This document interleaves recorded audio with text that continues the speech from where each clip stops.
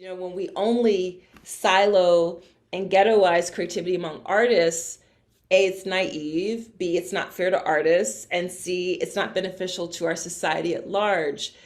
All of us who intentionally are toggling between wonder and rigor to solve problems are engaging in creative acts, whether we are attorneys, teachers, plumbers, farmers. And wonder is about awe and audacity and asking big blue sky what if questions.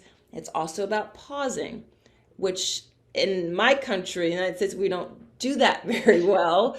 But you can't wonder at 80 miles an hour. Like try, yeah, it's really hard to do.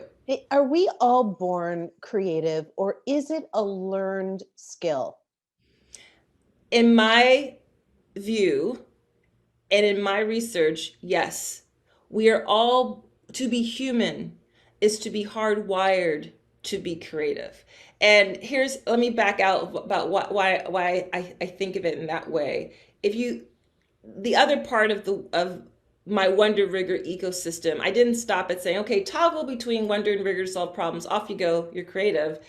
I also developed something I call the three I's. So the three I's are inquiry, improvisation, and intuition. These are capabilities that we to develop and hone in on to intentionally practice creativity. But look at kids, for example.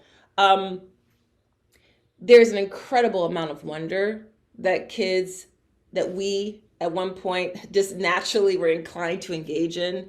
The rigor part was not always easy for us, but I will say this: when my sister and I would go out, we were told to go outside and play, and my sister was like, she was the doyen of the mud pies. She was rigorous about how she was, mixing up the consistency of water and dirt and soil and making them up, etc. Right? So there is a certain amount of rigor, which I define as discipline, time on task, deep focus, right? Rigor is not rigidity.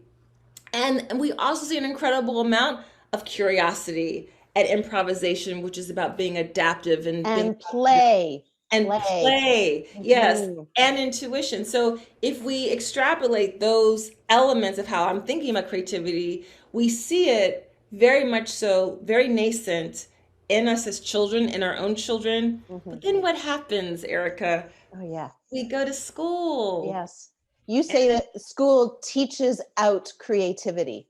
It does. It's like we it somehow like Sir Ken Robinson, Yes.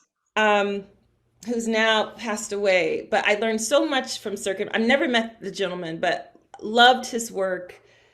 His Consumed TEDx his book. talk is TEDx, like, exactly, right? But he gives that great example of, you go into a kindergarten class or first grader class and you ask, who wants to be an artist when you grow up? And like 70% of the hands shoot up.